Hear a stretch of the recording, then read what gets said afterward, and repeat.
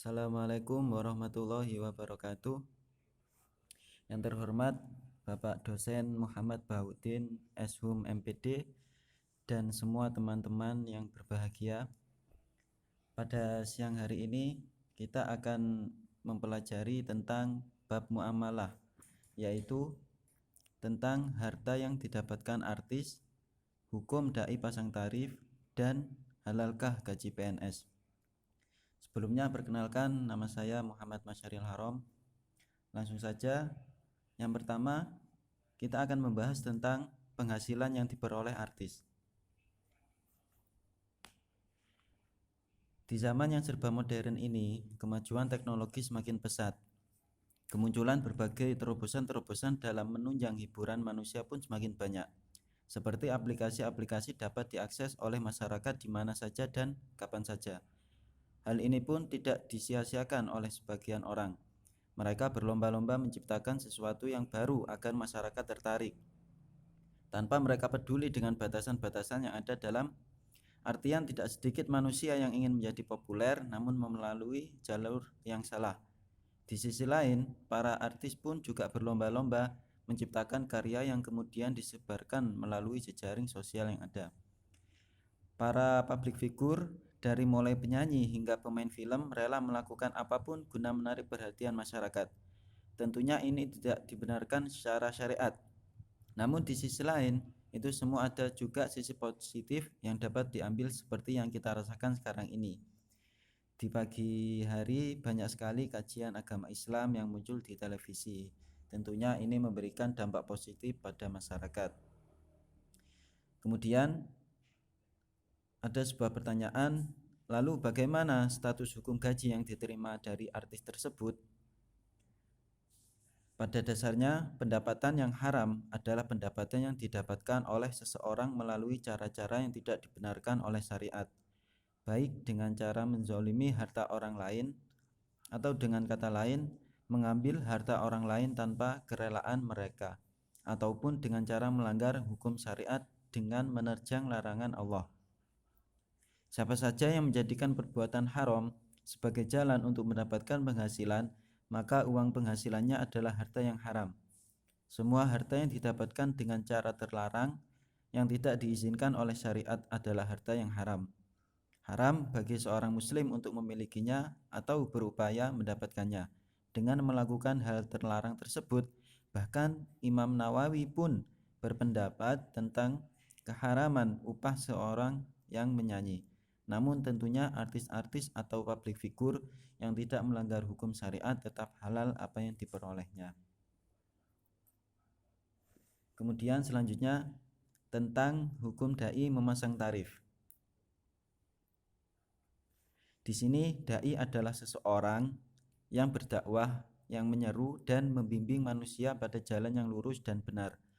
Hal ini sama dengan pengertian guru.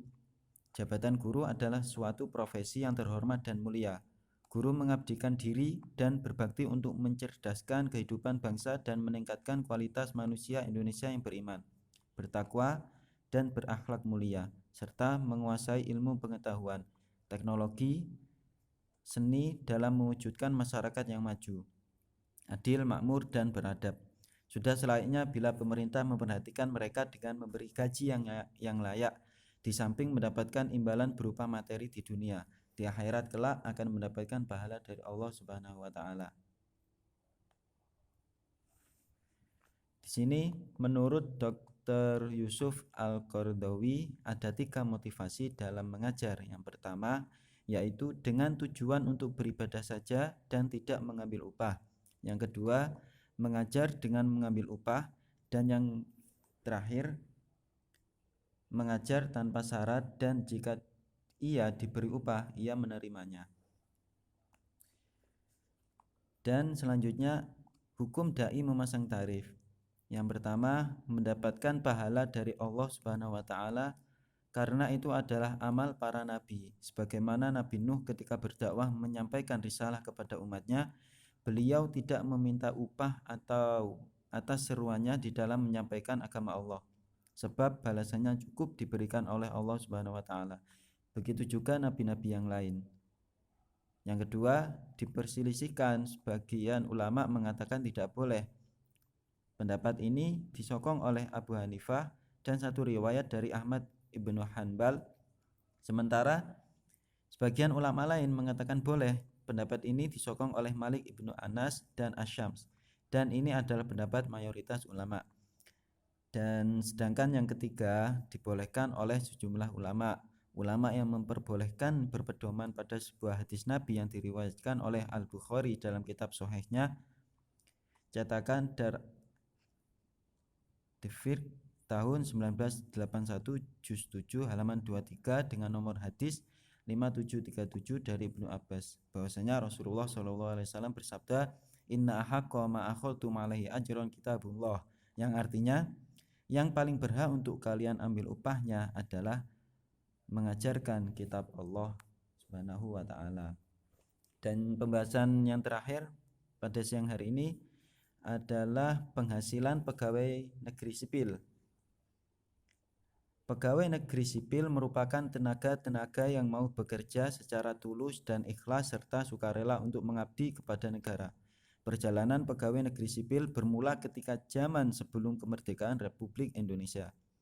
Pegawai negeri sipil atau bisa disingkat PNS mempunyai peranan amat penting sebab pegawai negeri sipil merupakan unsur aparatur negara untuk menyelenggarakan pemerintahan dan pembangunan dalam rangka mencapai tujuan negara Indonesia, seperti tertuang dalam pembukaan Undang-Undang Dasar 1945.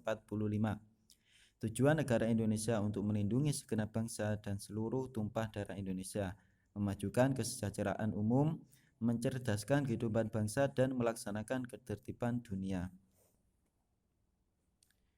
Pada dasarnya, gaji pegawai negeri sipil adalah halal, walaupun kita tahu bahwa gaji pegawai negeri di negeri kita ini bercampur baik itu pajak, pariwisata, hutang ribawi, ataupun pendapatan devisa negara yang halal lainnya. Namun, jika ada oknum yang melakukan tindak kriminal seperti korupsi, maka jelas harta yang diambilnya adalah haram. Seperti hadis di bawah ini, yang artinya ialah tidak haram memakan dan bermuamalah, juga mengambil sedekah atau hadiah dari seseorang yang bagian hartanya haram, kecuali bila harta tersebut diyakini keharamannya. Mungkin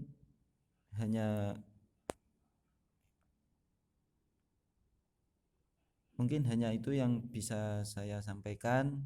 Bila ada tutur kata yang salah, saya mohon maaf yang sebesar-besarnya. Saya akhiri, wabillahi taufiq wal hidayah. Wassalamualaikum warahmatullahi wabarakatuh.